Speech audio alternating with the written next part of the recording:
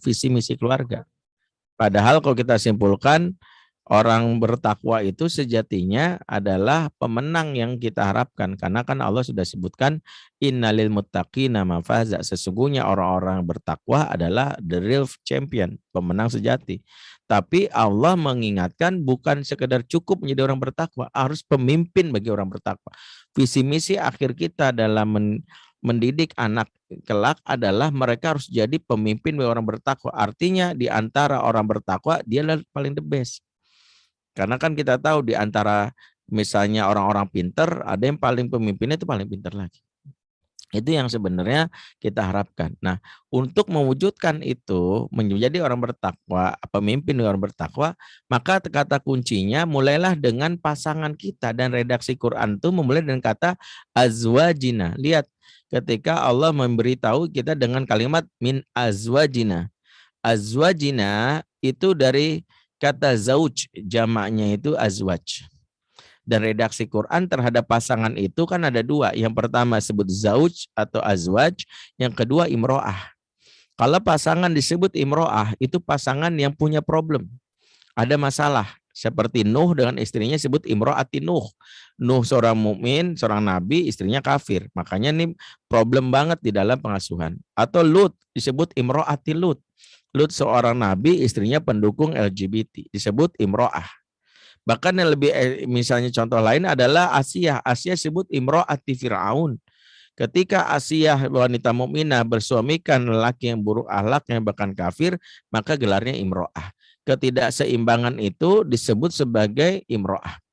Atau imro'ah juga maknanya adalah pasangan yang berada dalam keharmonisan tapi dalam kemaksiatan yang sama. Contohnya adalah imro'ahnya yang dimaksud adalah Abu Lahab dan istrinya. Abu Lahab dan istrinya dalam Quran disebut sayasla naron zata lahab wa mro'atuhu. Kami lemparkan Abu Lahab ke neraka, demikian juga imro'ahnya. Kami lemparkan Abu Lahab ke neraka, demikian juga imro'ahnya. Jadi kita sampaikan di sini bahwa sejatinya adalah ketika seseorang itu kompak harmonis dalam kemaksiatan, itu juga adalah petaka. Jadi jangan berpikir saya mah harmonis Ustadz, setiap malam dugem bareng ya. Kita mabok bareng ya, mari sayang kita habiskan malam ini dengan mabok sampai teler. Kalau engkau di penjara, aku juga di penjara karena narkoba. Bukan itu. Justru kalau ada pasangan gini, dia pasangan yang buruk, makanya kita tidak minta imro'ah tapi azwaj. Ya, atau imro'ah juga bisa saya hubungan antara suami istri yang tidak mendapatkan keturunan yang membuat sang suami tidak ridho, seperti Zakaria kepada istrinya. Makanya dalam doa surat Maryam ayat 5, Zakaria berdoa wa imro'ati akiro. Sementara imro'ahku akhir, mandul. Dan salah satu penyebab istrinya disebut mandul karena menurut Al-Qurtubi karena lisannya seorang Isya, dalam ini istrinya Zakaria, tajam, Mbak Silet. Sehingga di sini ada pelajaran penting. Allah mencegah kehamilan istrinya Zakaria karena kelak akan lahir Nabi mulia Nabi Yahya, dan tidak mungkin Nabi Yahya diasuh oleh seorang ibu yang berkata-kata kasar. Sehingga ketika Zakaria berhasil membuat istrinya memperbaiki dirinya, maka Allah berikan kehamilan kepadanya di dalam surat Al-Anbiya ayat 90, waslahna lahu zaujahu. Maka kami perbaiki dia istrinya. Maka dari imro'ah berubah jadi zauj. Lihat redaksi Quran, sebelumnya imro'ah berubah jadi zauj. Atau imro'ah juga seorang suami yang berpisah dengan istrinya karena meninggalkan istrinya, membiarkan istrinya single parent. Seperti yang terjadi dengan Imron. Imron itu meninggal dan istrinya single parent, dan single parent juga tidak ideal dan pengasuhan anak, maka disebut imro'ati Imron. Sehingga kalau kita simpulkan, setiap pasangan dengan konteks imro'ah akan memberikan pengaruh kepada anak. Dalam hal inilah kita minta supaya kita min azwajina, karena min azwajina ini pasangan yang ideal. Nabi Muhammad SAW dengan istri-istrinya, Allah berfirman, ya ayuhan nabi qul li azwajika, wahai nabi katakanlah kepada azwaj kepada istri-istrimu. Atau Nabi Adam dalam Quran surat surat Al-Baqarah ya Adam uskun anta wa zaujukal jannah, wahai Adam tinggallah engkau dan zaujmu di surga. Atau ketika Allah memanggil penghuni surga, apa kata Allah kepada penghuni surga? Udkhulul jannata antum wa azwajukum tukhbarun. Masuklah kamu dalam surga, kamu dan pasanganmu, azwajmu akan bergembira. Maka lihat redaksinya ya. Saya main di redaksi kata ini supaya teman-teman semua bisa memahami esensi mengapa kita meminta min azwajina, karena azwajina menunjukkan kesempurnaan hubungan yang kita kenal dengan harmonis. Kalau pasangan udah beres, maka insya Allah anak-anaknya juga terurus dengan baik.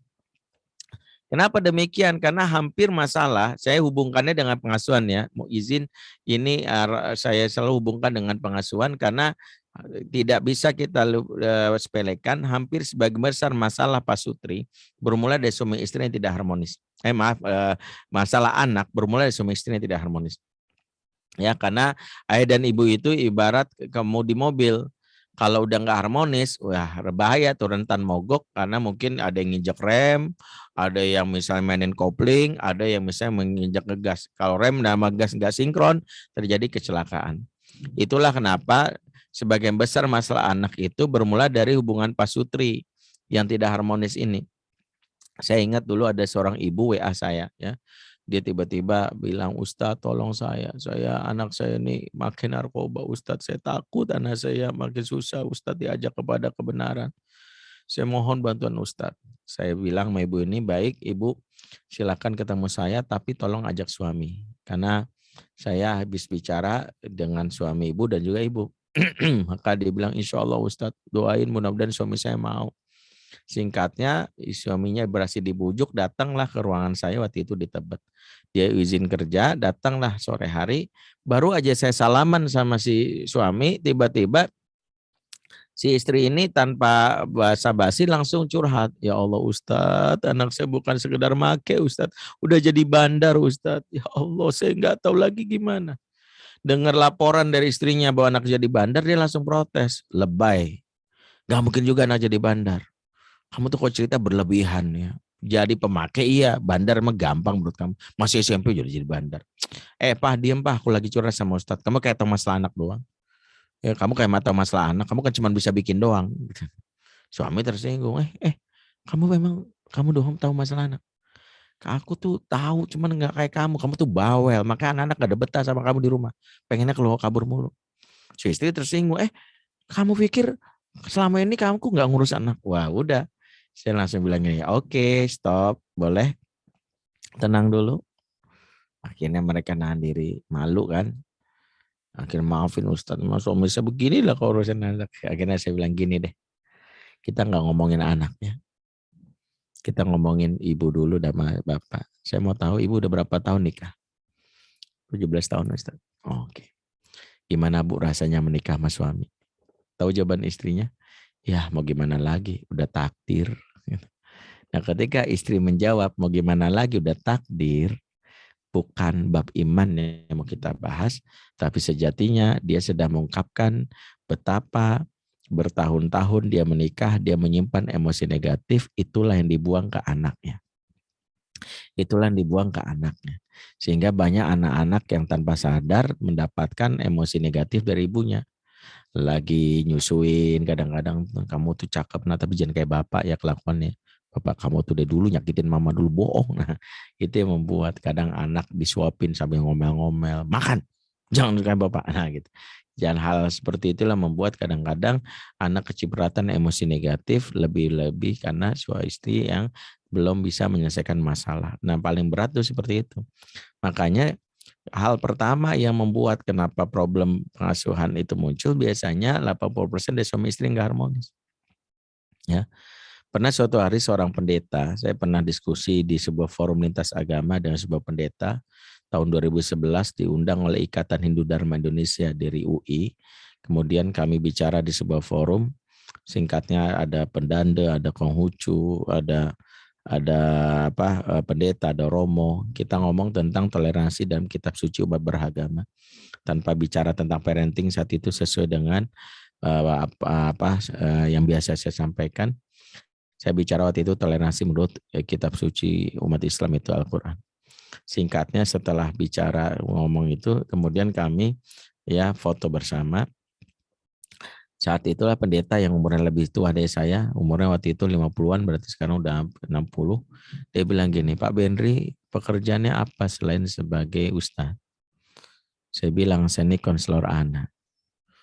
Oh, yang biasa ngomong masalah anak? Iya, saya konselor anak dan remaja. Oh, eh, jadi biasa ngomongin masalah anak remaja? Iya. Oh, boleh saya minta nomor Pak Benri? Ya, saya kasih lah nomornya. Saya pikir basa-basi, ya kasih aja.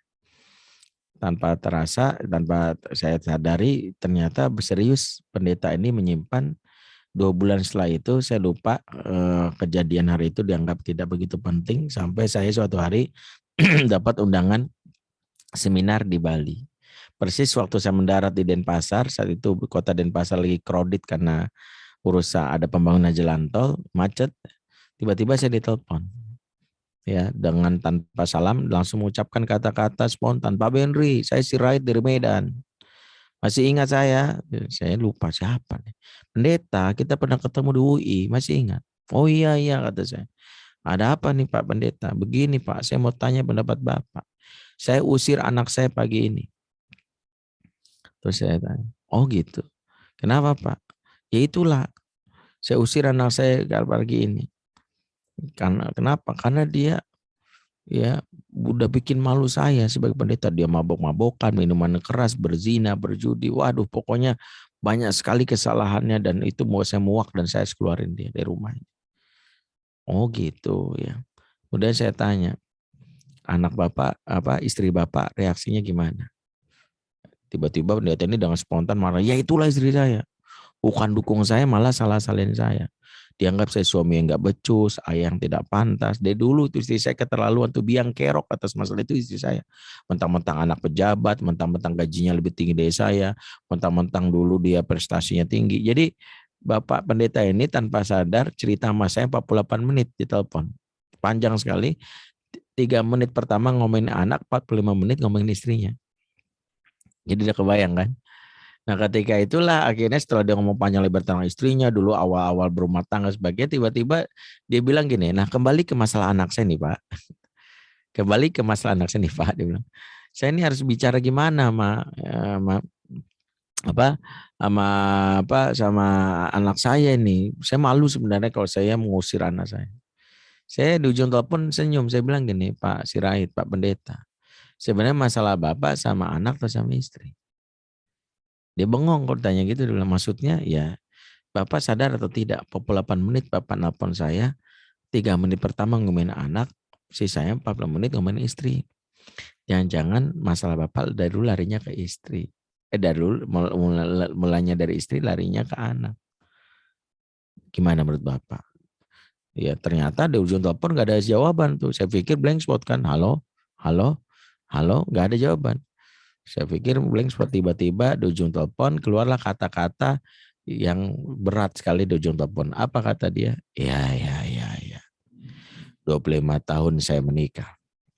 Baru ada yang menyadarkan saya kalau saya dari dulu bermasalah sama pasangan saya. Pantes anak saya kurang ajar sama saya. Lah, ibunya sering membantah saya di depan mata dia. Pantes anak saya tuh kasar sama mamahnya. Saya tuh sering gali gampar mamahnya di depan mata dia.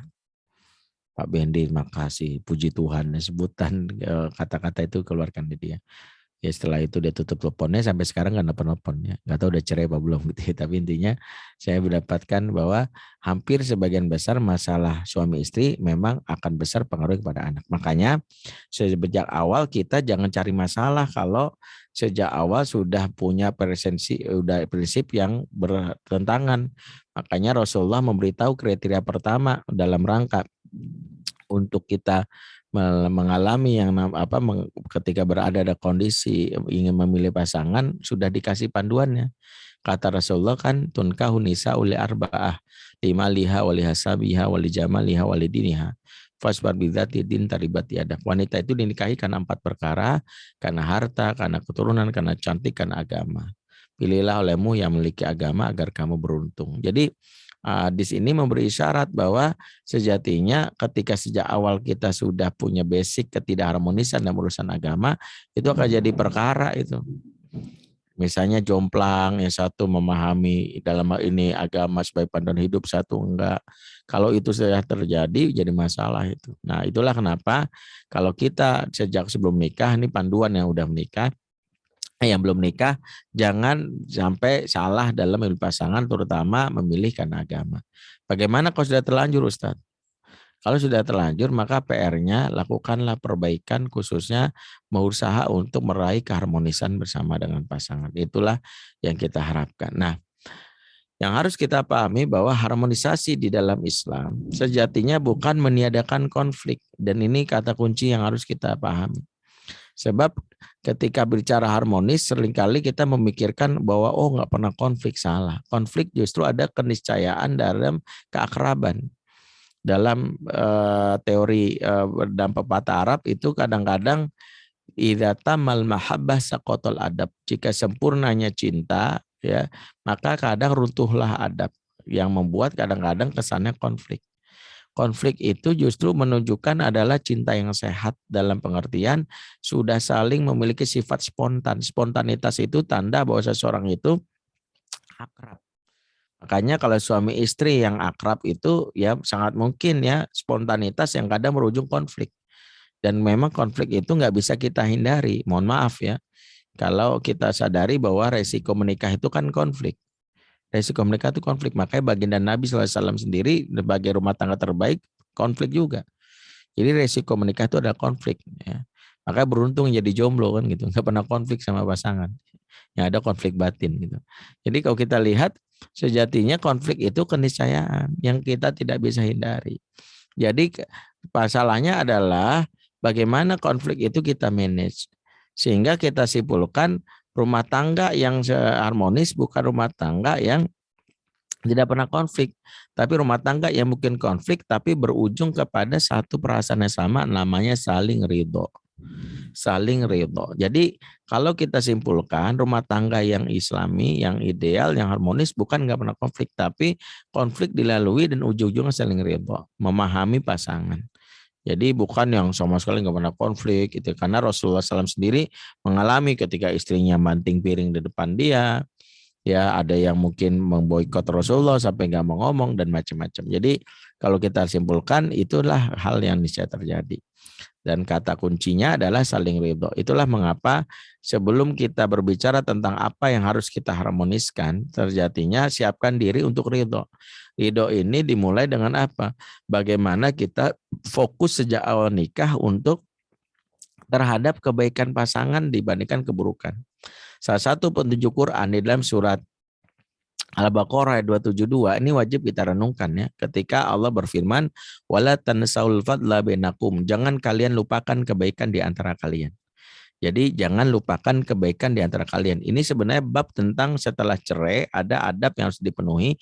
Jangan lupakan kebaikan. Karena sebagian besar orang kalau udah cerai, maaf kata, lebih banyak itu menceritakan keburukan. Dan itulah awal dari hal yang tidak diajarkan dalam Islam. Ya justru setelah cerai ingat jangan lupakan kebaikan. Kalau setelah cerai aja diingatkan oleh Allah jangan lupakan kebaikan, apalagi selagi nikah. Salah satu yang terjadi kenapa konflik itu membara sehingga akhirnya berpisah, biasanya adalah memang kerjaan setan untuk membuat kita itu fokus kepada keburukan pasangan. Salah satu cara untuk mensiasati agar kita saat di daerah konflik tidak membuat kita makin menjauh dari pasangan, maka salah satu caranya adalah biasakan dari awal nikah mencatat semua kebaikan pasangan. Mencatat semua kebaikannya detail. Kenapa? Khusus buat perempuan, ini salah satu teknis untuk membuat kita tidak digoda oleh setan. Mohon maaf, dalam hadis riwayat Imam Muslim jelaskan salah satu yang terjadi sama perempuan kalau sudah berumah tangga. Kata Rasulullah, uri tunar, saya ngeliat neraka, wa aktsaru min aliha minan nisa, dan kebanyakan penghuni neraka itu perempuan. Ini membuat para sahabat bertanya, sahabiyah, ayakfurna billah, apakah perempuan itu banyak yang kufur sama Allah? Kata Rasul, la, walakin yakfurnal asyir wa yakfurnal ihsan. Kebanyakan wanita itu kufur sama suaminya dan sama kebaikan suaminya. Salah satu kebiasaan wanita, maaf ibu ya, kalau ada yang sebutkan ini kata Rasulullah, wanita itu kalau sekali disakiti keluar kalimat saktinya apa? Kamu tuh dari dulu nggak pernah sayang sama aku. Kamu tuh dari dulu jahat sama aku. Padahal semalam baru dibeliin logam mulia 15 kilo. Pada seminggu yang lalu baru diajak ya liburan ke Maldives ya. Jadi udah lupa, dan itulah kerjaan setan. Di antara cara untuk membuat kita bisa mudah menetralisir perasaan agar tidak mudah marah saat konflik mendera, catat kebaikan pasangan sehingga saat muncul keburukan dia kita baca dan kita akan nyes, ya Allah kebaikannya banyak banget. Silakan praktikkan. Saya di handphone saya, di buku harian saya itu ada catatan kebaikan istri, banyak sekali. Pernah suatu malam saya pulang, istri saya udah tidur, saya lagi lapar banget. Saya bangun istri, Umi, ya bikinin mie instan boleh nggak? Mie instan Umi kan enak banget tuh, apalagi kalau pakai cabai apa cabai rawit iris. Nah istri saya pakai paham Dokter Zaidul Akbar, tahu kan ya. Abi udah gemuk, kalau malam itu nggak boleh karbo, nggak boleh gula, harus rimpang-rimpangan atau gula. Ya Allah, saya bilang lapar nih, Mi, jangan pakai paksa pakai mazhabnya Zaidul Akbar dong gitu. Nggak bisa, Abi udah kegemukan. Nanti bang ini Obi, tapi lapar banget nih. Malas kata istri. Udah saya kan kesel, kok gini banget sih. Sampai saya protes nih, Dokter Zaidul tahu nggak nih kalau ini bisa jadi pemecah belah di rumah tangga gitu ya. Sampai akhirnya udahlah bikin sendiri. Begitu saya ke dapur, saya cari lemari yang nyimpen mie instan. Ternyata lemarinya digembok. Ya Allah, gondok banget malam itu. Malam itu saya gondok banget. Tapi disitulah saya mencoba melihat handphone saya, daftar kebaikan istri, saya baca. Kali itu saya langsung nyes. Kenapa? Ingat seorang suami. Jangan jadikan dalil bahwa seolah-olah ketika Rasulullah mengatakan seorang wanita yang suaminya menyimpan amarah di malam hari akan dilaknat si istri sampai besok pagi. Ingat seorang laki-laki, jika engkau mengharapkan istrimu masuk surga bersamamu, jangan mudah marah dan melaknat istri. Saya emang nggak suka istri saya dilaknat malaikat. Masa iya saya bangga rasain lu laknat malaikat sampai pagi? Enggak. Kalau saya nggak pengen, karena saya pengen istri saya bersama saya masuk surga. Karena itu buru-buru malam itu gimana caranya membuat saya itu cepat mereda. Salah satunya saya baca catatan kebaikan dia selama ini, selama nikah, dan langsung nyes. Kasarnya begini, hari ini kau mengecewakanku ibarat tetes najis yang mengotori diriku, tapi tersapu oleh samudra kebaikanmu. Itulah kenapa pentingnya kita untuk menetralisir perasaan supaya segera ridho. Kata kuncinya adalah ridho. Nah inilah yang bisa kita lakukan. Nah bentuk-bentuk harmonisasi setelah kita cobakan dengan keridoan itu, ya artinya bedakan harmonisasi dan konflik, karena konflik itu ada keniscayaan dan harus ridho. Tapi harmonisasi ini terkait dengan kebutuhan dasar yang harus dipenuhi dalam keluarga, mulai dari harmonisasi visi dan misi. Karena kalau kita tujuannya salah, nggak sesuai, repot. Visi dan misi ini kita akan penuhi kalau kita sering ngobrol. Kita ingin supaya harmonisasi ini ketemu dari mana? Dari cara kita bicara bisa ketahuan arahnya kita mau kemana. Kalau berbeda nggak masalah. Yang kita harus pahami perbedaan itu apakah prinsipil atau tidak. Kalau perbedaan prinsipil, maka kita berdakwahlah kepada pasangan yang bisa jadi masih tidak memahami visi misi yang benar di dalam Islam. Di antaranya mungkin kita udah mulai ya sedikit lebih luas ya. Jangan sampai memaksakan keinginan. Ingat, di antara kita tuh kalau ingin ya memiliki hubungan yang harmonis dengan pasangan, mulailah dengan mencoba ya dalam hal ini memberi waktu untuk sering berdua, yang ngobrol. Karena hal-hal seperti itu kadang-kadang dilupakan oleh suami istri. Di antara kebiasaan baik yang diajarkan Rasulullah SAW itu disampaikan oleh Abdullah bin Abbas, ya, bitu indah kholati Maimunah. Kata Ibnu Abbas, saya nginap di rumah bibi saya Maimunah. Maimunah ini adalah istri Rasulullah SAW. Apa kata Ibnu Abbas? Karena Rasulullah SAW yatahaddas ma'a alihi sumarokoda. Rasulullah SAW senantiasa ngobrol sama istrinya baru tidur. Ini kebiasaan baik yang lakukan Rasul sebelum tidur ngobrol. Orang nyebutnya pillow talk. Makanya nih para suami paham. Ngobrol itu salah satu cara mekanisme ngecek hubungan. Kenapa? Dari ngobrol itu seorang suami bisa menguras emosinya istri dengan cara jadi TPS, tempat pembuangan sampah emosi. Karena wanita itu justru malam hari itu dikuras supaya emosinya positif di pagi hari. Satu caranya adalah membiarkan dia ngomongnya banyak. Karena kan kita sudah sama-sama paham, riset menyebutkan bahwa wanita yang sehat jiwanya minimal keluar 20.000 kata per hari. Kalau laki 7.000, kalau wanita 20.000 kata per hari. Makanya kalau mau aman emang nikahi penyiar radio ya atau MC ya. Makanya alhamdulillah MC kita perempuan ya hari ini, memang karena MC kita harus banyak bicara gitu ya. Kalau laki-laki memang nggak butuh bicara, makanya perempuan butuh banyak bicara karena itu salah satu bagian dari kesehatan mentalnya. Makanya saya dari dulu nggak pernah percaya kalau ada istilah masa Ustadz ya istri saya mah pendiam Ustadz. Perlu dipahami para laki-laki sejatinya tidak ada wanita pendiam. Yang ada adalah wanita yang terluka hatinya. Makanya kalau pandai wanita atau istri kita diam lagi marah itu lagi terluka. Saya ngomong sama istri misalnya, Mi udah makan belum? Udah. Makan apa? Ayam. Ayam apa? Goreng. Nah tuh kalau udah kayak gitu tuh lagi sakit, lagi masalah tuh. Beli di mana? KFC nanya mulu sih. Nah itu lagi ke stres. Karena wanita yang sehat itu kalau ditanya satu jawabannya 1000. Itu yang sehat. Umi udah makan belum? Mi? Udah tanda di Umi beli ayam goreng tengah jalan ketemu Betejo. Betejo cerita apa katanya Pak Lurah nikah lagi sama janda sebelah yang agen asuransi syariah yang kita daftar 20.000 dia bisa akhir tahun bisa dapat 2 juta. Kita daftar aja ya Pak asuransi syariah. Perasaan tadi kita bahas ayam goreng deh. Kenapa ujung-ujung asuransi syariah? Nah itu sehat. Nah itu tadi wanita kalau sehat tuh begitu. Jadi kita dapati bahwa salah satu yang dilakukan Rasulullah itu menguras dengan cara bicara. Justru bicara itu kita terbongkarlah isi kepala kita. Kenapa sih kita sering berantem?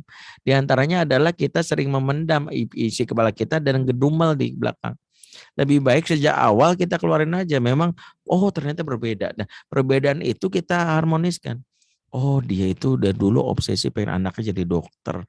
Pantesan ya kalau anaknya ini dia suka. Oh berarti kita pelan-pelan. Itulah yang lakukan harmonisasi visi misi ini mana yang kita bisa sepakati atau tidak. Kemudian harmonisasi spiritual.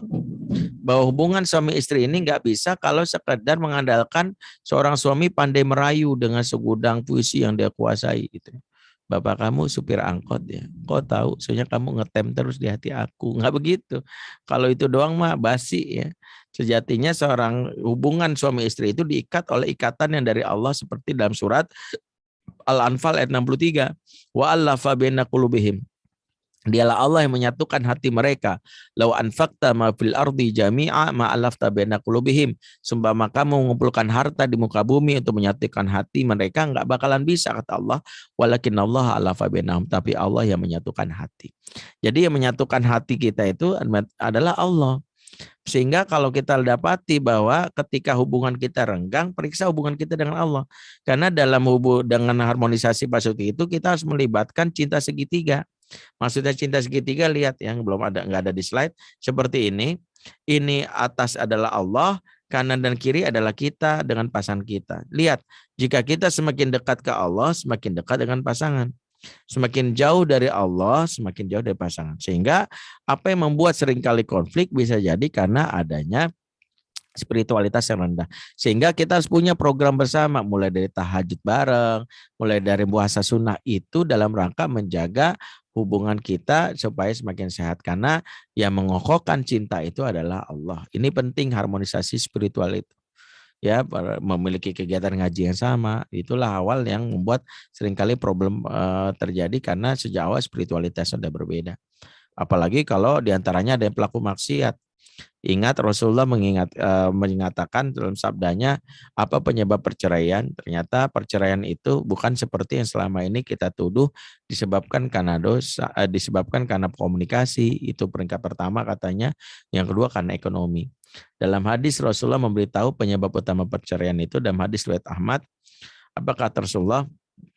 Walladzi nafsu Muhammadin biyadih, demi Allah zat yang jiwa Muhammad ada dalam genggamannya, ma tawadda ithnani fafuriqa bainahuma illa bidzambin yuhdisu ahaduhuma.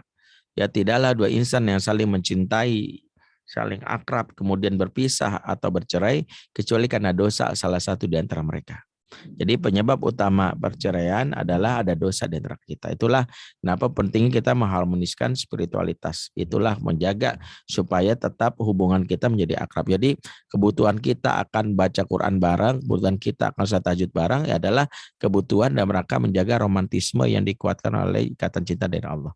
Yang ketiga ada harmonisasi aturan. Ini juga akan tidak ada di antara kita bad cop, good cop. Ini juga bahaya nih kalau seorang ayah diposisikan bad cop, ya ibundanya good cop, nggak begitu.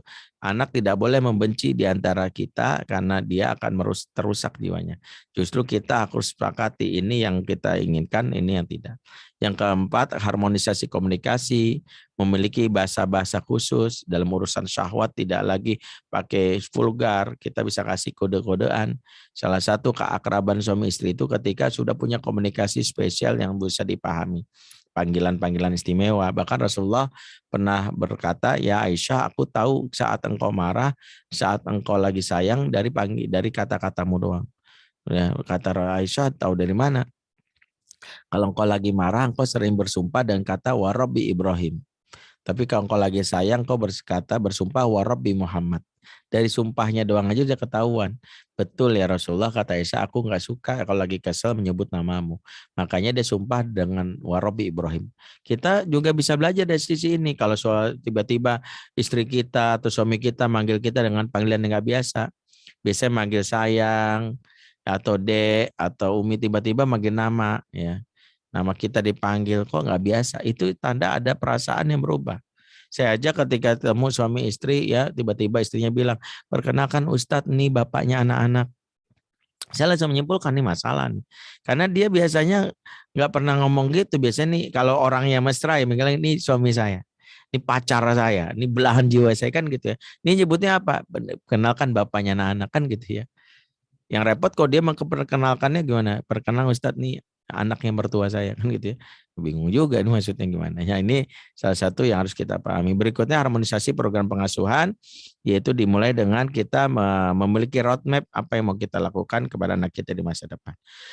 Nah, bagaimana kita menjalin hubungan komunikasi pasutri yang disebutkan dalam Al-Quran? Kata kuncinya disebutkan surat An-Nisa 19, wa asiruna bil ma'ruf.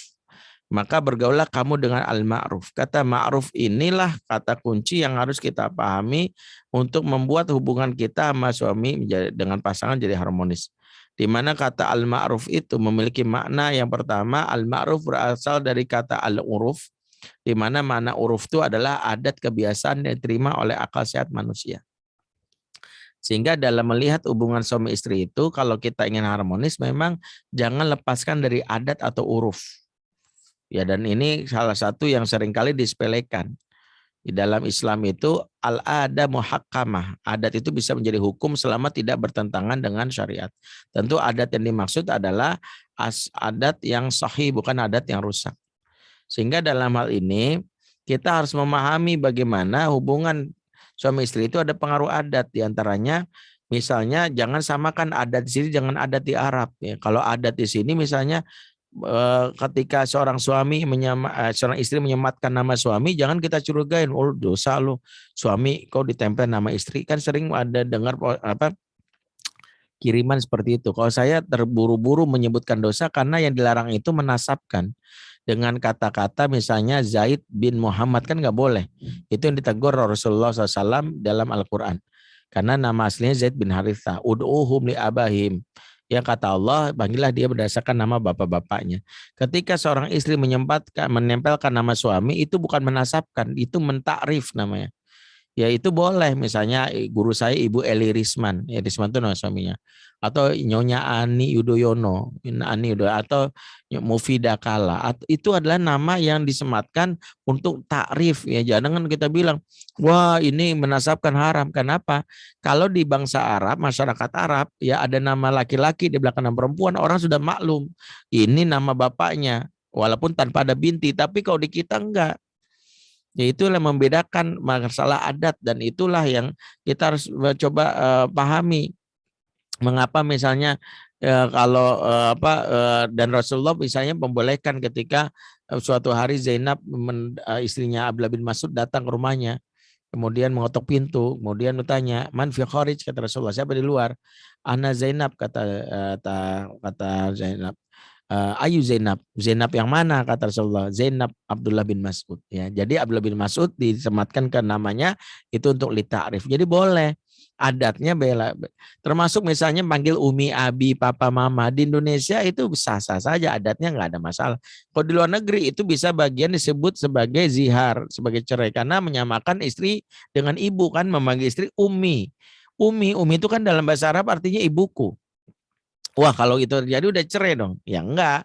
Karena dalam bahasa Arab biasanya itu, makanya orang Arab nggak pernah manggil istrinya Umi, tapi misalnya kunyah Ummu Hasan, ya Ummu Fatimah begitu. Jadi kalau di kita Umi Abi itu sekali lagi adalah bagian dari bahasa kasih sayang dan adatnya memang berbeda. Jadi adat itu disilakan dipakai kalau memang tidak bertentangan dengan syariat ya. Kayak di Arab itu manggil mertua dan manggil nama biasa aja. Ya Abu Bakar, Rasulullah manggil mertua Abu Bakar, ya Umar. Coba praktekin di Indonesia. Digaplok kita mertua, nggak dapat warisan gitu ya. Jangan berdalil loh, Abu Bakar Rasulullah aja manggil mertuanya nama, nggak boleh.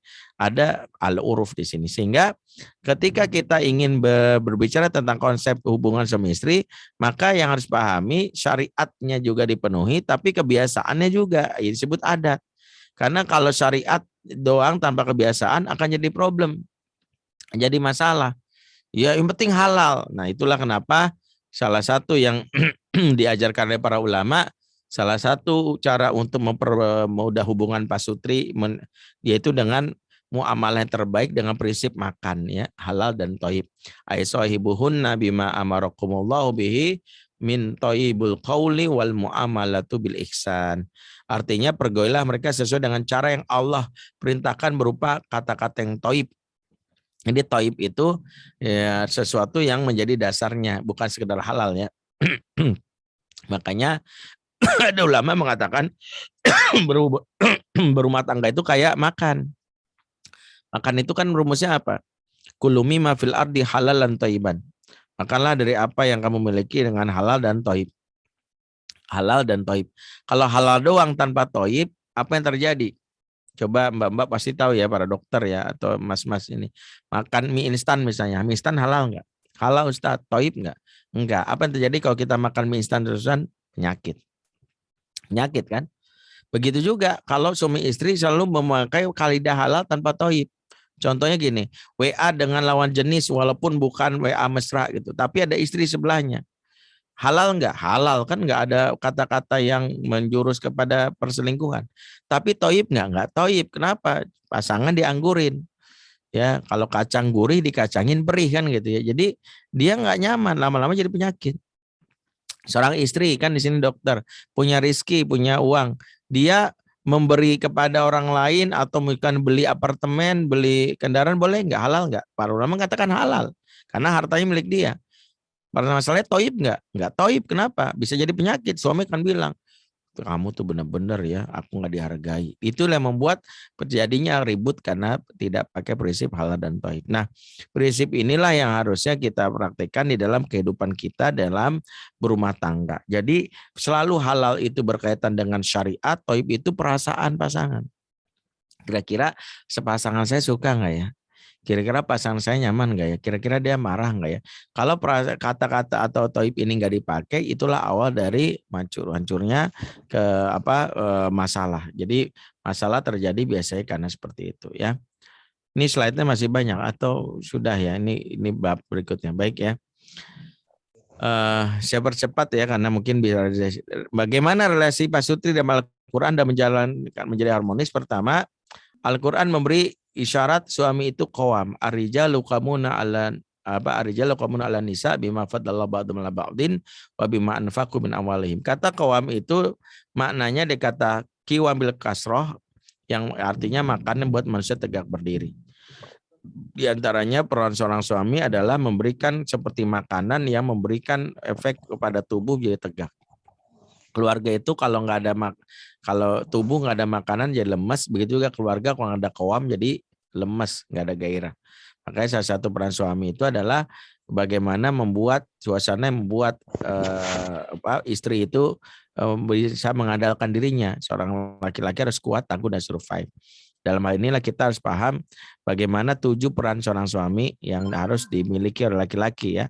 Aimin sya'nihim al-ma'ruf al-ma'hud al-qiyamu 'alan nisa'i bil himayah wa ri'ayah wal wilayah wal kifayah wa ta'dibiha wa tuwalli amruha wa islahi haliha. Ada 7 peran di sini dari seorang laki-laki di dalam kehidupan berkeluarga sebagai qawam. Satu sebagai himayah. Himayah itu dia sebagai penjaga psikis ya, pelindung psikis, riayah penrindung fisik, wilayah kepemimpinan atau kepeloporan, kifayah mencukupi kebutuhan, takdib sebagai pendidik, yang keenam tuwalli amriha sebagai penata urusan, wa islahi haliha sebagai pelaksana perbaikan. Jadi 7 peran ini harus dimiliki seorang suami ya. Suami itu harus posisikan sebagai lebih tinggi. Itulah kenapa seorang wanita harus paham sehebat-hebatnya kita, justru kita tidak boleh lebih tinggi dari suami. Belajar dari Khadijah yang setelah menikah Rasulullah, dia tidak mau ya, salah satunya membuat suaminya itu merasa rendah.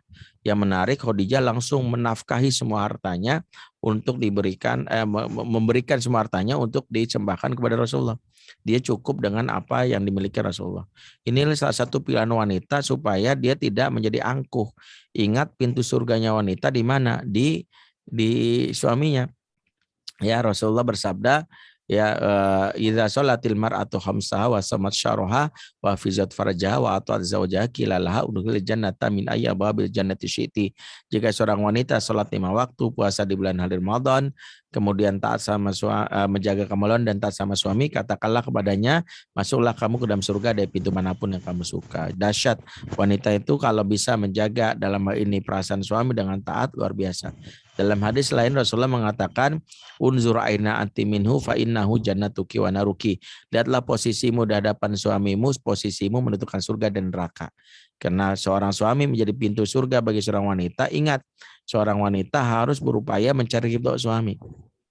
Ya, karena posisikan suami sebagai qawam, walaupun dia sebagai sosok yang penting di masyarakat, tapi jangan sampai dia tidak mendapatkan surga karena songong. Ya, sampai ya merendahkan suami ya, sampai suami bilang mentang-mentang S3 kamu sombong sama aku ya. Ya, Galaxy Samsungnya udah S21 nggak sombong-sombong amat kan gitu. Jadi seorang istri juga harus tahu diri.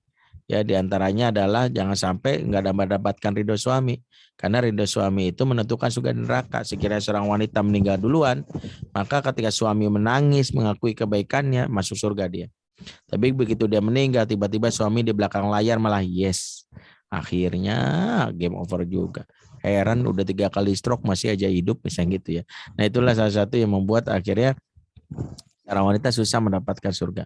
Berikutnya yang berikut, suami ibarat petani. Kalau tadi sebagai koam, suami ibarat petani, maka wanita ibarat ladang. Karena petani lah yang disebutkan dalam surat Al-Imran, An-Nisa, Al-Baqarah maaf 223, Nisa ukum harfulakum. Karena suami sebagai petani, sadarilah bahwa petani itu harus berupaya untuk intens menggarap sawah ladangnya. Sesibuk-sibuknya seorang suami, harus dia tahu dia punya ladang yang harus didatangi. Mohon maaf ya, kalau misalnya ada petani ingin mendapatkan hasil maksimal, nggak ada tuh petani yang datangi sawah ladangnya sebulan sekali. Dia rutin tiap hari. Dan dia harus menjaga dan melindungi dalam hal ini sawahnya dari hama yang merusaknya. Bahkan kalau perlu dia juga memakai ilmunya petani, sabar. Petani itu menunggu 3 bulan untuk mendapatkan hasil. Dia tidak langsung menggarap hari ini besok jadi. Bagaimana ini juga kita pahami, seorang suami harus paham.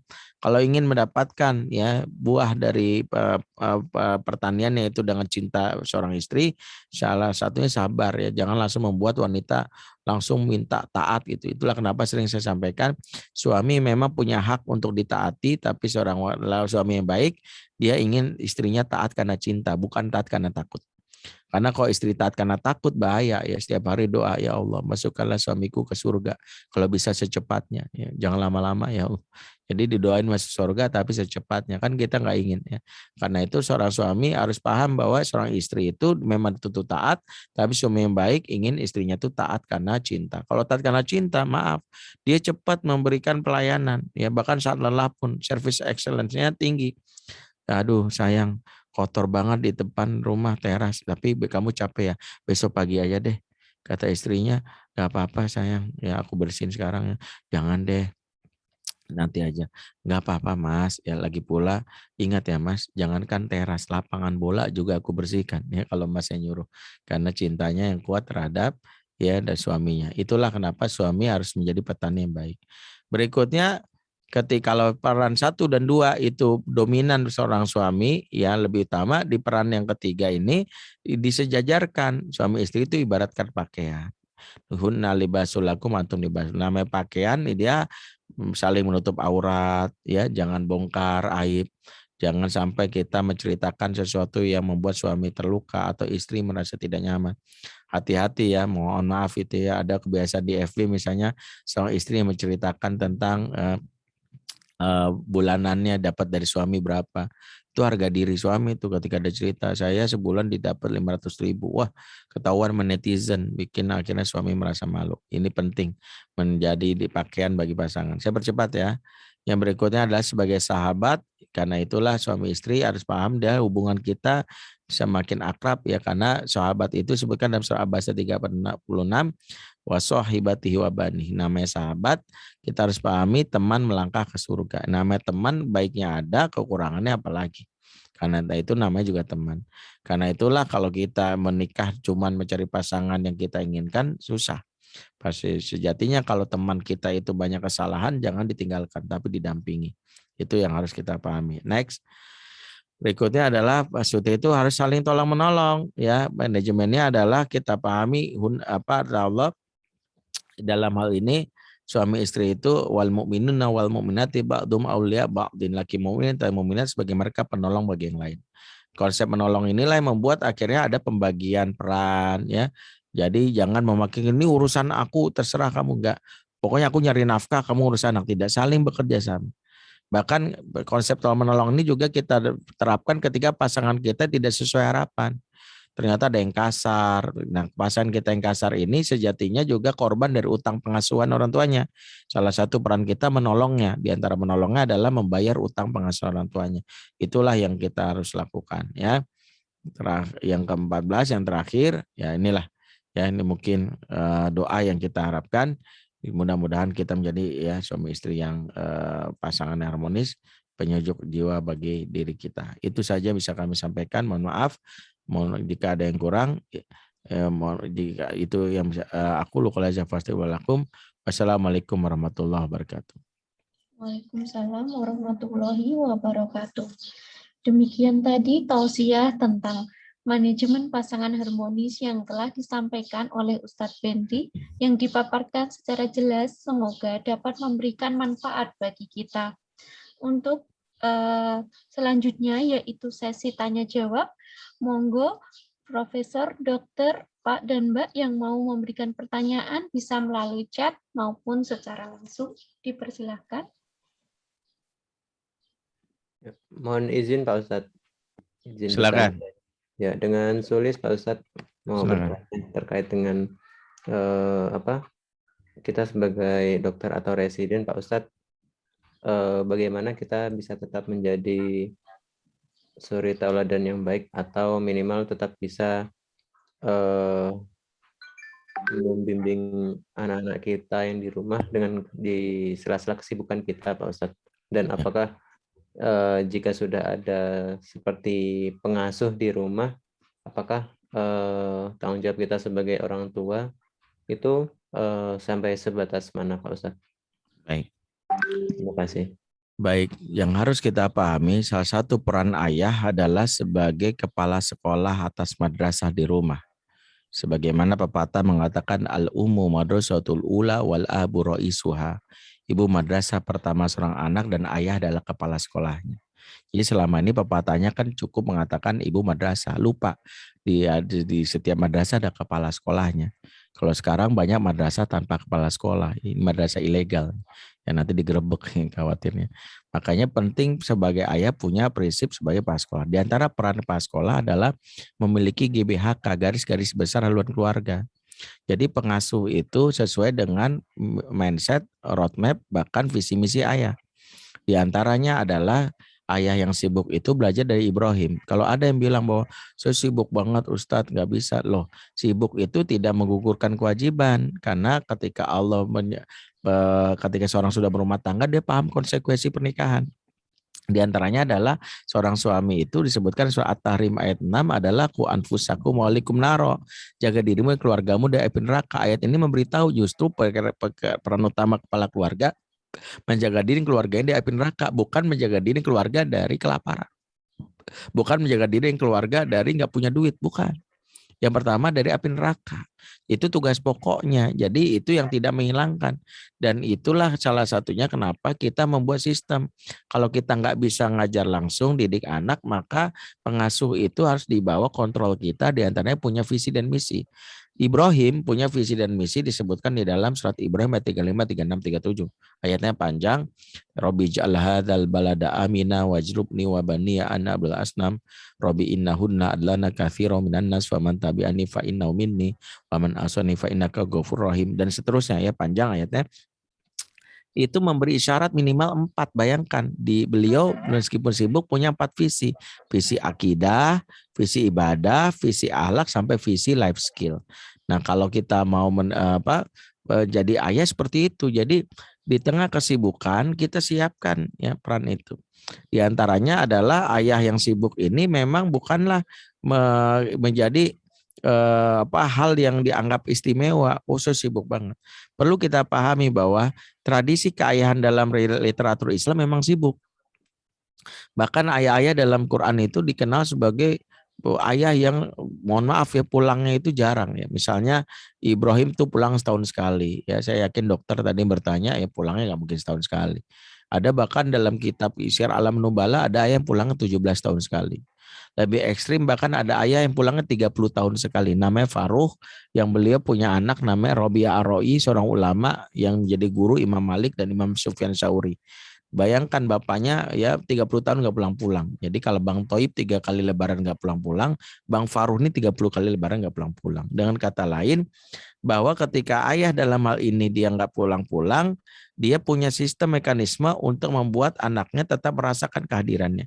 Di antara kehadiran ayah itu adalah kisah tentang ayah yang diceritakan oleh pengasuh di rumah tentang kebaikannya. Itu namanya indirect parenting. Jadi jangan sampai dalam hal ini ayah membuat persepsi negatif yang membuat anak itu benci ayahnya. Di antara menyebabkan anak itu benci sama ayahnya adalah curcol dari istri yang kadang nggak bisa kita cegah. Mama ini korban bapakmu nak. Dia dulu disakiti terus. Orang lain makan daging nak. Mama makan ati tiap hari kan gitu ya. Orang lain kurus karena Herbalife. Kalau mama, this is my life. Nah, yang kayak gini, mak-mak yang curcol itu disebabkan karena suami yang kadang-kadang lupa. Sesibuk-sibuknya, pahamilah perannya untuk membuat istri bahagia. Itulah kenapa salah satu peran ayah sebelum jadi ayah yang baik, jadilah suami yang baik. Karena suami yang baik minimal ibu akan cerita yang baik-baik. Kamu tahu nggak, bapak kamu tuh hebat banget, luar biasa. Berjuang deh dulu tuh semangat. Dulu mau tuh ngelamar mama aja jalan kaki dari Jakarta ke Jogja kan gitu ya, mana tengah jalan kejar-kejar anjing, ya kebetok tiang listrik, ngejek tai kucing, dicium bencong, dipala preman, dicolek nenek-nenek, ketiban genteng. Aduh, apa kamu tuh perkasa luar biasa. Kisah-kisah tentang ayah ini menjadikan membuat anak kagum. Jadi PR-nya di situ ya, Dr. Kristianto. Jadi jangan sampai kita yang sibuk membuat istri merasa kesal, nggak pernah ditelepon, telat transfer kan gitu ya. Berikan kejutan, misalnya kalau pulang cek handphonenya, ya check outin keranjang belanjaannya di Shopee kan gitu ya. Itu sederhana bagi perempuan, dia merasa ya Allah so sweet banget sih suaminya. Yang kayak gitu bisa kita praktekkan ya. Jadi itu PR-nya. Nah pertanyaannya, ya kalau dijawab mungkin lumayan panjang, tapi penjelasan lebih lengkapnya Mas Sulistianto bisa ada buku saya bisa di-download gratis, judulnya Fatherman yang kedua, Suara Hati Bunda untuk Ayah. Itu adalah salah satu peran ayah sebagai paskolah yang dibutuhkan oleh istri. Nah itu silakan download di website www.fatherman.id. Nah itu silakan dibaca.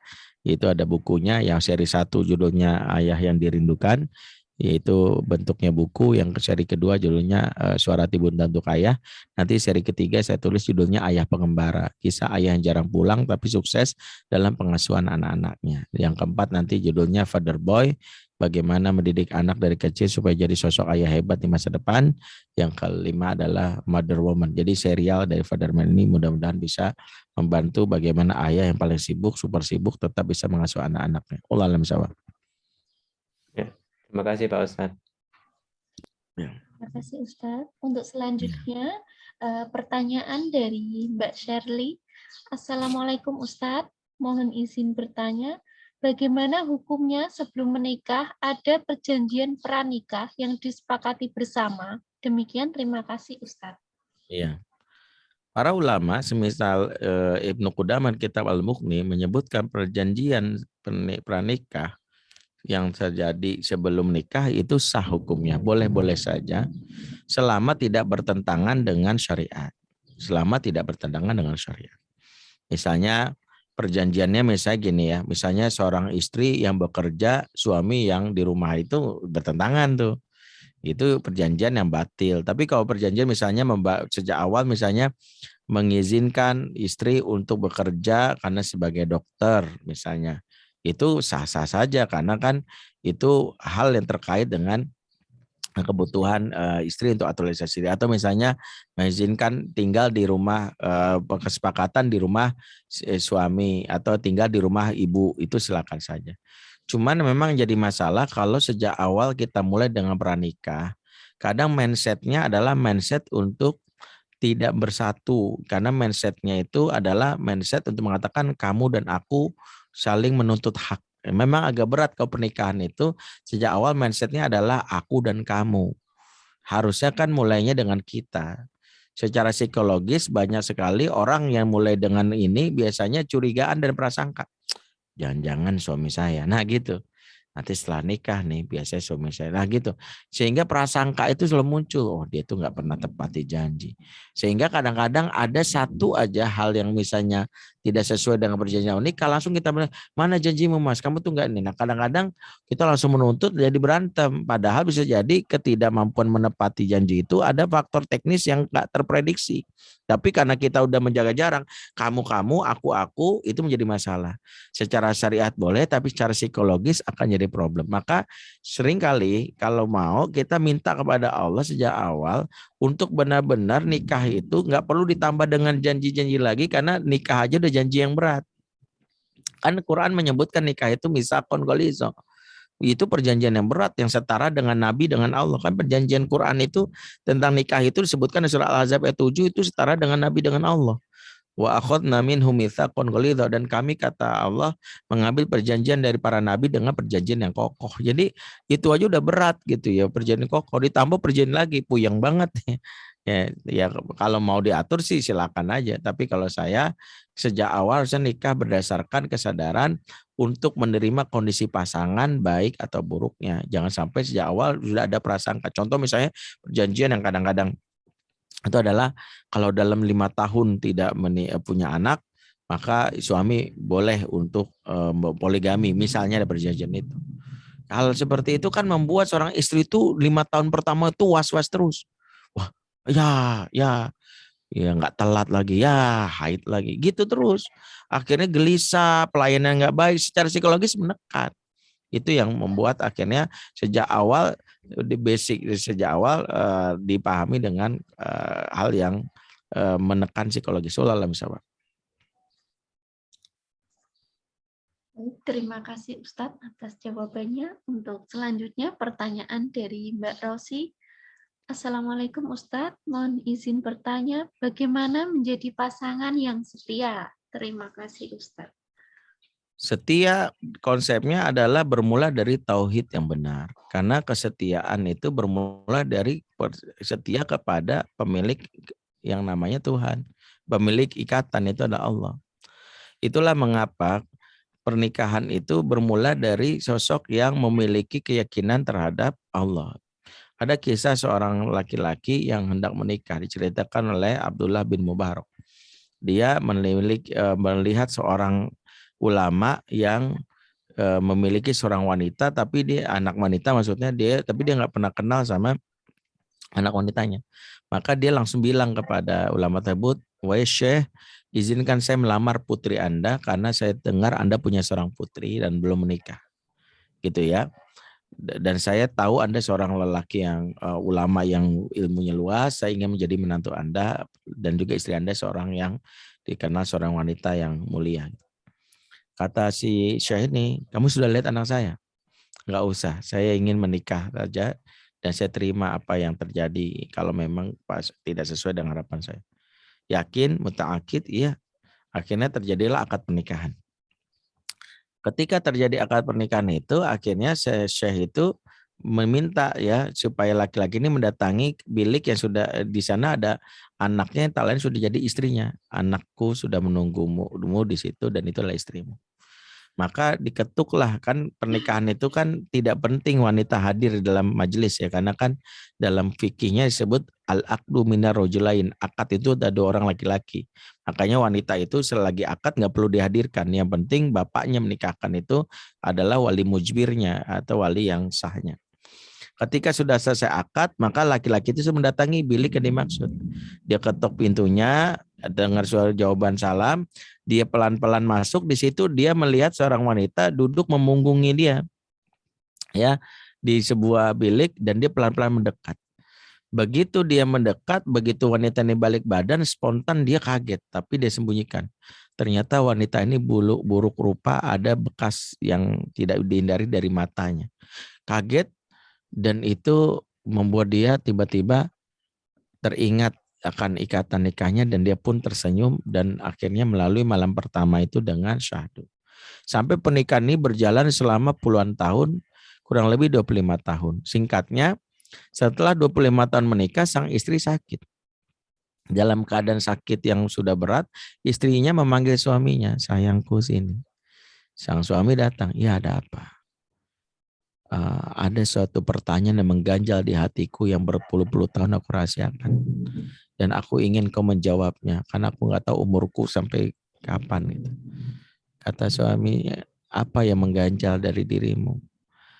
Aku tahu di malam pertama engkau mendatangiku 25 tahun lalu, engkau kaget akan melihat wajahku.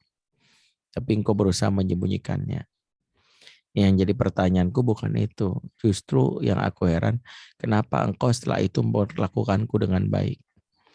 Engkau tidak pernah berkata kasar kepadaku, engkau tidak pernah berpikir untuk poligami, padahal bisa saja engkau lakukan itu karena engkau tidak suka padaku. Engkau tidak suka melakukan hal yang buruk. Apa rahasianya? Apa yang kau lihat dari diriku?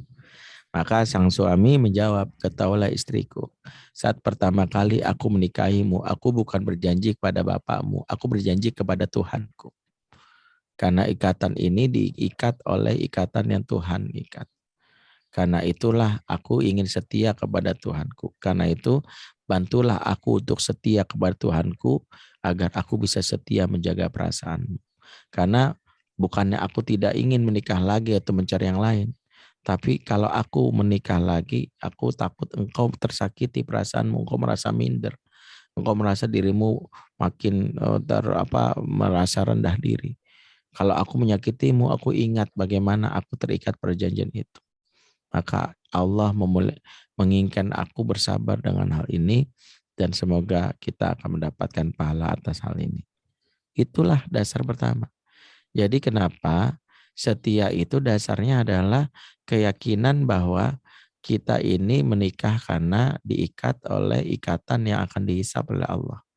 Jadi seorang laki-laki maupun perempuan ingat, mitsaqon ghalizo itu dalam Quran yang disebut ikatan nikah itu ada dua ayat lain yang mengiringi. Yang pertama surat Al-Ahzab ayat 7 yaitu perjanjian antara Nabi dengan Allah. Yang kedua perjanjian antara Bani Israel alias Yahudi dengan Allah dalam surat An-Nisa 154. Allah sama-sama mengatakan wa akhadna minhum mitsaqan ghalidha, dan kami mengambil dari dari mereka dengan perjanjian yang kokoh.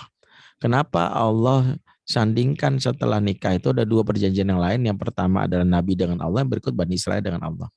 Ketika Allah menyebutkan perjanjian Nabi dengan Allah dengan mitsaqan ghalidha, itulah contoh perjanjian yang ditepati. Dengan kata lain, Nabi itu nggak ada yang berkhianat, nggak ada yang ingkar janji. Nabi setia terhadap janjinya. Dalam hal ini, Nabi bukanlah pengkhianat. Sebaliknya ketika Allah memberi contoh dalam Quran perjanjian antara dirinya dengan Bani Israel, itu adalah contoh perjanjian yang dikhianati. Alias Bani Israel terkena pengkhianat. Ya, dalam hal ini dilarang mancing hari Sabtu, jalannya dipasang di hari Jumat, kan ngakal-ngakalin. Ya, atau dia rela datang ke kota Madinah supaya mendapatkan berdasarkan kitab sucinya akan menemui nabi yang dijanjikan di dalam kitab suci mereka. Justru ketika nabinya Nabi Muhammad, dia malah menentangnya karena tidak sesuai dengan harapannya. Mereka dikenal pengkhianat. Maka pernikahan berada di tengah-tengah. Siapa yang setelah nikah dia setia terhadap kata-katanya walaupun cinta itu mungkin menurun, maka dia akan mulia layaknya Nabi. Perhatikan ini, dia akan mulia layaknya Nabi. Tapi setelah menikah, dia berkhianat, tidak menepati janjinya, dia berkata buruk kepada pasangannya, membuat pasangannya terluka, dia terlaknat laksana Yahudi. Makanya pernikahan akan memposisikan orang akan mulia atau menjadi manusia terlaknat. Wallahu a'lam bishawab.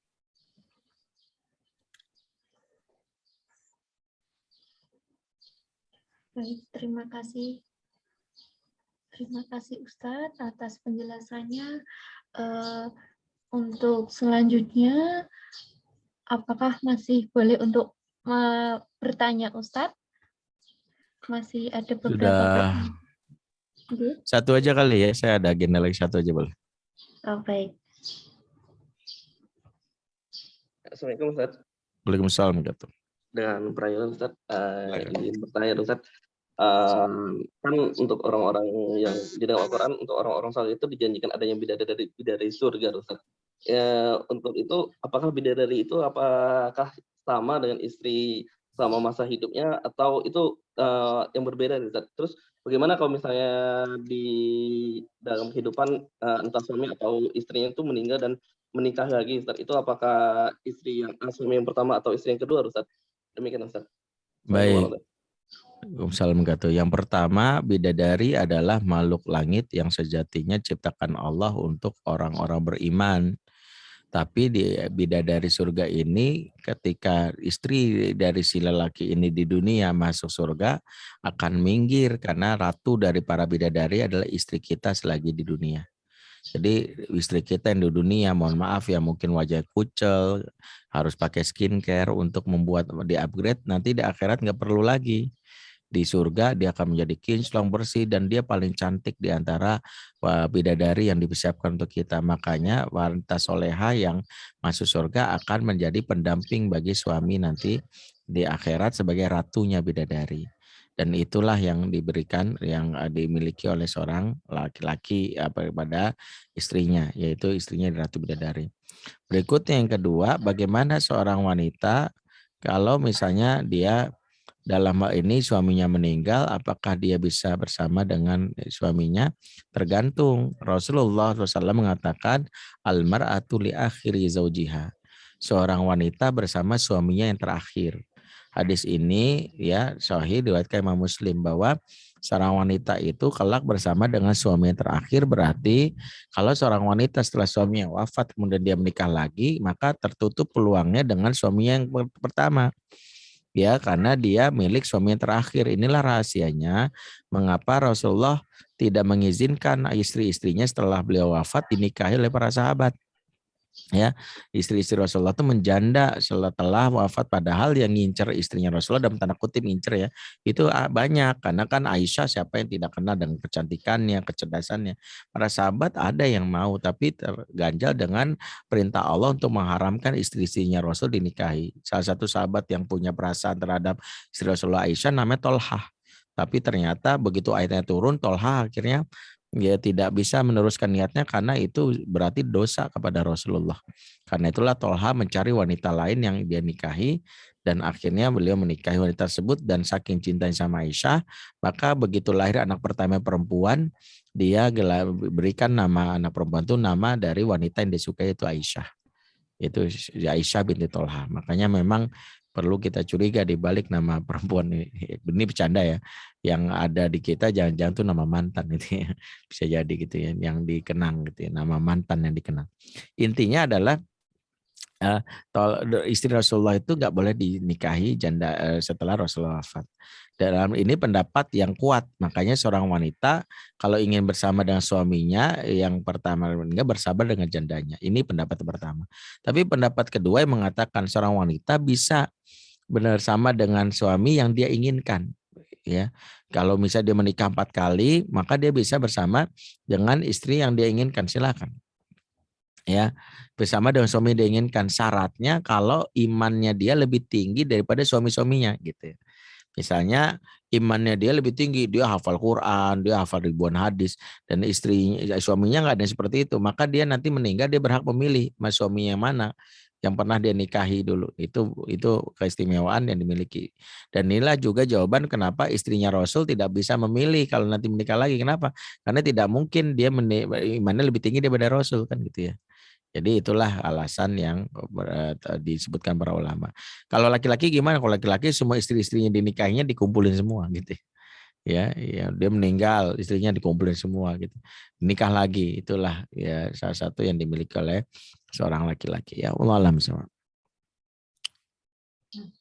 Baik, terima kasih Ustadz atas jawabannya. Karena sudah mulai petang, ini selanjutnya adalah doa. Monggo Ustadz untuk memimpin doa, kami persilahkan. Baik, Bapak Ibu semua, teman-teman dokter sejawat dan para profesor dan juga yang lainnya, guru besar, kita sudah di sesi terakhir ya. Saya izin mohon maaf karena tidak bisa sampai selesai lewat dari jam 5 karena ada agenda lain, dan ini juga agenda saya yang kelima di hari ini kajian online, jadi saya juga butuh istirahat ya. Karena itu mohon maaf sekali. Mari kita tutup dengan bersama-sama dengan doa. Auzubillahi minasyaitonirrajim. Bismillahirrahmanirrahim. Alhamdulillahirabbil alamin hamdan syakirin hamdan na'imin hamdan yafina ma huwa yukafi mazidah. Ya Rabbana lakal hamdu kaman bagi li jalal wajhikal karim wa azim sultanik. Allahumma shalli ala sayyidina Muhammad wa ala sayyidina Muhammad. Allahumma anta rabbuna la ilaha illa anta khalaqtana wa nahnu abiduk wa nahnu ala ahdik wa wa'dika mastata'na. Na'udzubika min syarri ma sana'na nabulaka bi ni'matika alaina wa nabu bi dzunubina faghfir lana fa innahu la yaghfiru dzunuba illa anta. Allahumma inna ala dzikrik wa syukrik wa husni ibadatik. Allahumma ya muqallibal qulub tsabbit qulubana ala dinik. Allahumma ya musrifal qulub sarif qulubana ala ta'atik. Allahumma inna nas'alukal afiyah. Allahumma inna na'udzubika minal baras wal junun wa juzam wa min syarril asqam. Rabbana auzina asyurka wa ni'mataka allati an'amta 'alaina wa ala walidina wa amala sholihan tardahu wa aslih lana fi dzurriyyatina. Rabbana atina min ladunka rahmah wa hayyi lana min amrina rasyada. Rabbana hab lana min azwajina wa dzurriyyatina qurrata a'yun waj'alna lil muttaqina imama. Rabbana fil lana wa li walidina warhamhum kama rabbawna shighara. Rabbana atina fid dunya hasanah wa fil akhirati hasanah wa qina azabannar. Subhana rabbika rabbil izzati amma yasifun wa salamun alal mursalin walhamdulillahi rabbil alamin. Afa minkum subhanakallahumma bihamdik asyhadu an la ilaha illa anta astaghfiruka wa atubu ilaik. Assalamualaikum warahmatullahi wabarakatuh. Waalaikumsalam warahmatullahi wabarakatuh. Terima kasih Ustaz. Terima kasih Ustadz. Sama-sama.